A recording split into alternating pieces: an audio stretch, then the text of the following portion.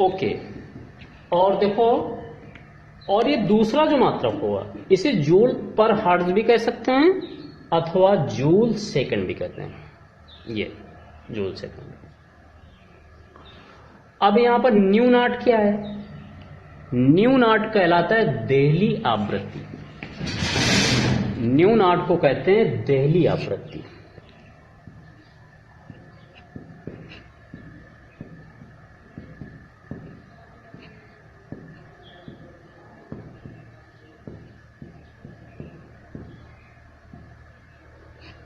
अब देहली आवृत्ति की डिफिनीशन क्या होगी? तो ये भी डिफिनीशन आपकी कार्यफलन पर आधारित है। कार्यफलन की डिफिनीशन आप जान चुके हैं।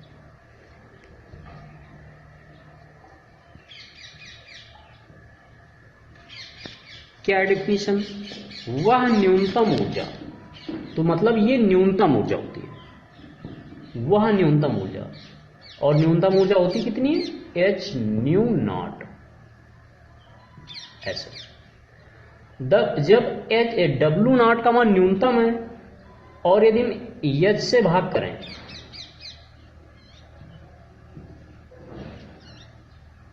तो इसका मान कितना निकलेगा? New not.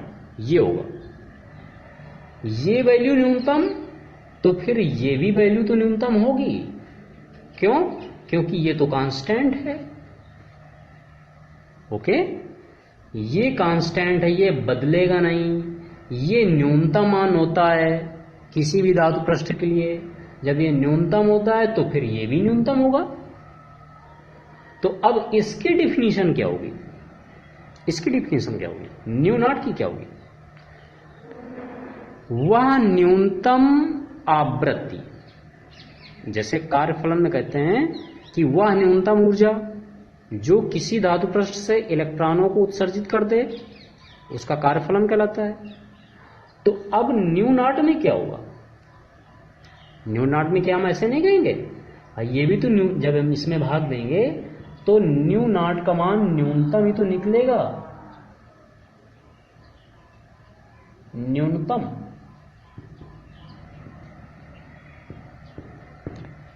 या मिनिमम,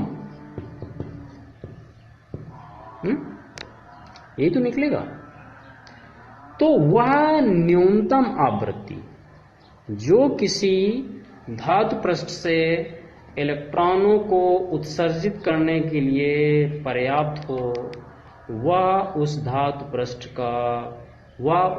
पृष्ठ की आवृत्ति कहलाती है, देहली आवृत्ति कहलाती है। ओके, वह न्यूनतम आवृत्ति जो किसी धातु पृष्ठ से इलेक्ट्रॉनों को उत्सर्जित करने के लिए आवश्यक होती है, वह उस धातु पृष्ठ की देहली आवृत्ति कहलाती है, देहली आवृत्ति। इसे न्यू नॉट से प्रदर्शित करते हैं। देख लीजिए न्यू नॉट का चिन्ह, एज लाइक दिस। ओके, अब हम कुछ और प्रयोग करते हैं और उसके निष्कर्ष निकालते हैं। इसमें हमने डायग्राम ऑलरेडी बना रखा है।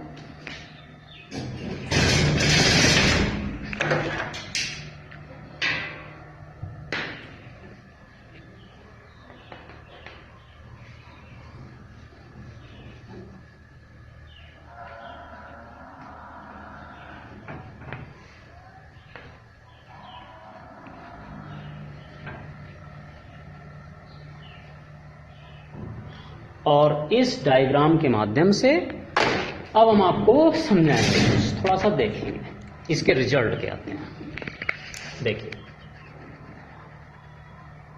आप जानते हैं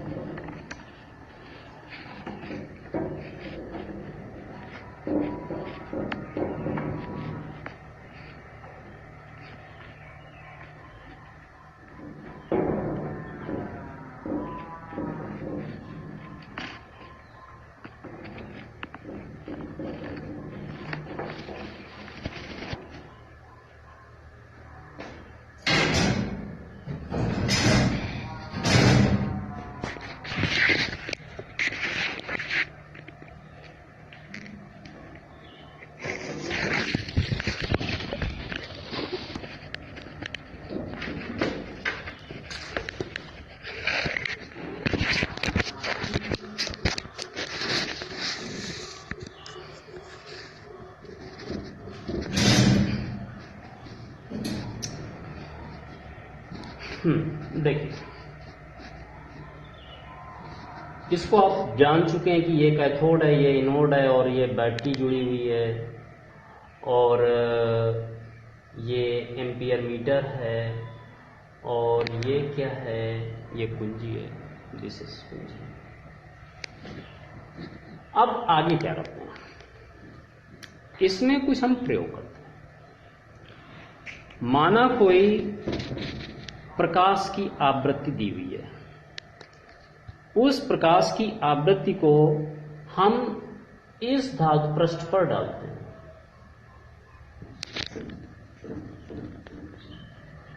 इस धातु पृष्ठ पर डालते हैं। What will happen?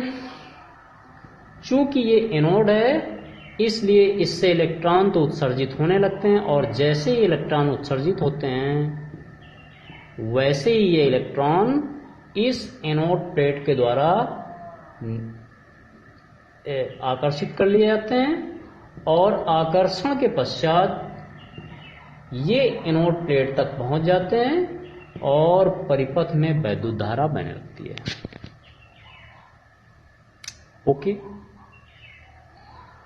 अब इस परिपथ में बहने वाली वैद्युत धारा और धातु पृष्ठ पर पड़ने वाले प्रकाश की क्वालिटी को हम चेंज करेंगे। ऐसे समझें कि जैसे मान लो शरबत बना रहे हैं, चीनी थोड़ी सी डालेंगे तो कम मीठा होगा, अधिक डालेंगे तो अधिक मीठा होगा। मतलब हम चीनी की क्वांटिटी को बढ़ाकर हम उसकी क्वालिटी को चेंज कर सकते हैं। ओके, उसी प्रकार से यहां पर जब प्रकाश की क्वालिटी को चेंज किया जाता है तो परिपथ में बहने वाली वैद्युत धारा पर परिवर्तन होते हैं। इसमें परिवर्तन होते हैं, और वो परिवर्तन कैसे होते हैं हम अभी देखेंगे।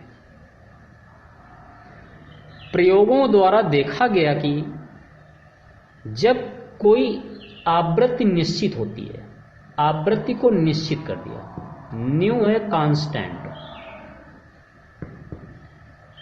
New is constant, but intensity तीव्रता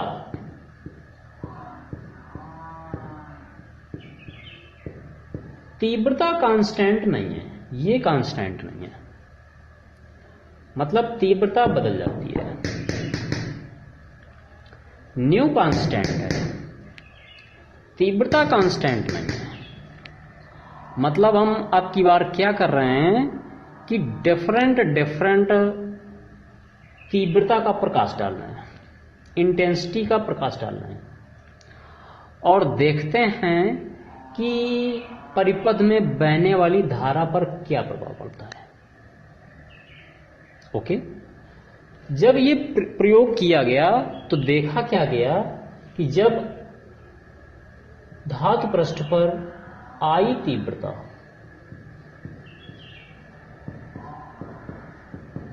का प्रकाश डाला जाता है तो परिपथ में जो बहने वाली धारा है वो आई होती है, आई। जब तीव्रता को बढ़ाकर 1.25 गुना कर देते हैं, अब इतने गुना कर दिया हमने, तीव्रता के मान को बढ़ाकर इतना गुना कर दिया, 1.25 गुना कर दिया, तो जो वैद्युत धारा होती है वो भी 1.25 गुना बढ़ जाती है। ओके, जब तीव्रता को हम 1.5 टाइम्स बढ़ाते हैं तो आवृत्ति भी 1.5 टाइम्स बढ़ जाती है। जब इसको 2 टाइम्स कर देते हैं तो धारा भी परिपथ में 2 टाइम्स बढ़ जाती है। मतलब क्या? मतलब ये हुआ कि तीव्रता और धारा में एक रिलेशन है, एक रिश्ता है। वो रिश्ता कौन सा है? वह रिश्ता है कि यदि हम तीव्रता के मान में बढ़ोतरी करेंगे अथवा घटोतरी करें, तीव्रता के मान को बढ़ाएं अथवा घटाएं, दोनों ही दिशाओं में परिपथ में बहने वाली धारा का मान बढ़ता है अथवा घटता है।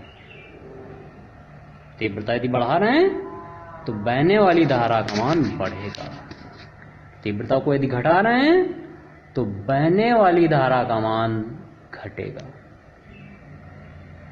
इस प्रकार से परिपथ में बहने वाली धारा किस पर निर्भर करती है?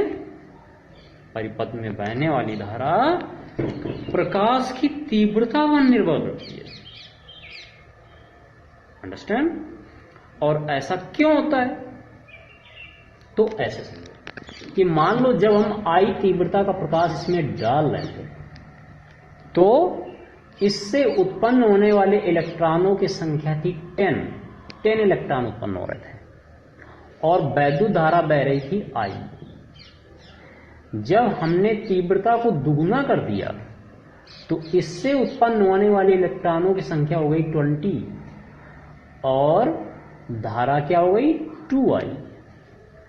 जब तीव्रता को हमने कर दिया 3 टाइम्स तो इससे उत्पन्न होने वाले इलेक्ट्रॉनों की संख्या हो गई 30 और ये क्या हो गया? ये भी 3 टाइम्स हो गया। एज लाइक दिस, ऐसे इस प्रकार से चेंजमेंट आते हैं। मतलब परिपथ में बहने वाली धारा तीव्रता पर निर्भर करती है। ओके, अब एक चीज और, क्या ऐसा है, ऐसा भी होगा क्या कि हम तीव्रता के मान को, प्रकाश की तीव्रता के मान को बढ़ाते जाएं तो वैद्युत धारा का मान बढ़ता जाएगा, बढ़ता जाएगा? तो क्या बढ़ता ही जाएगा? बढ़ता ही जाएगा, बढ़ता ही जाएगा? नहीं,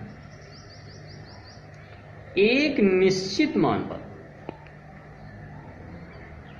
धारा का मान मैक्सिमम हो जाएगा और उस धारा को संतृप्त धारा कहते हैं। अंडरस्टैंड? तीव्रता के मान को बढ़ाए जाने पर एक निश्चित मान पर वैद्युत धारा का मान अधिकतम हो जाएगा और वो जो धारा होगी वो धारा कहलाएगी संतृप्त धारा। अंडरस्टैंड? मतलब ऐसा। यहां पर थोड़ा सा मैं पहले आपको रिमाइंड कराता हूं और थोड़ा सा ग्राफ हम लोग खींचते हैं। वैद्युत धारा और तीव्रता का मान, मान लीजिए कि ये तुम्हारा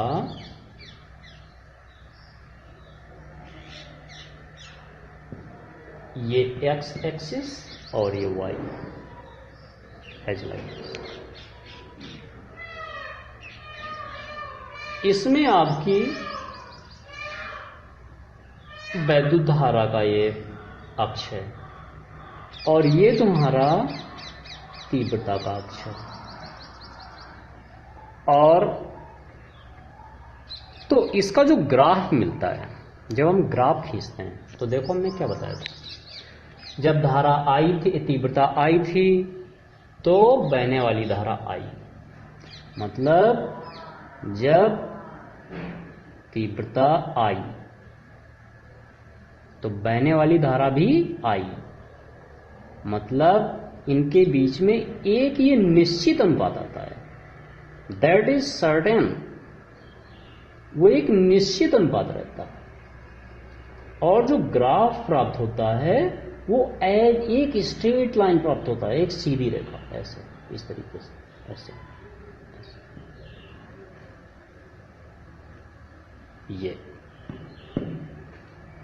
ये है ग्राफ आपका तीव्रता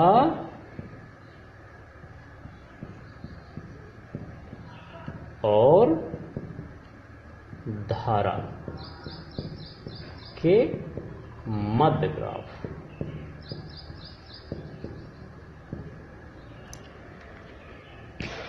उम्मीद करते हैं आपको यहां पर कुछ समझ में आया होगा।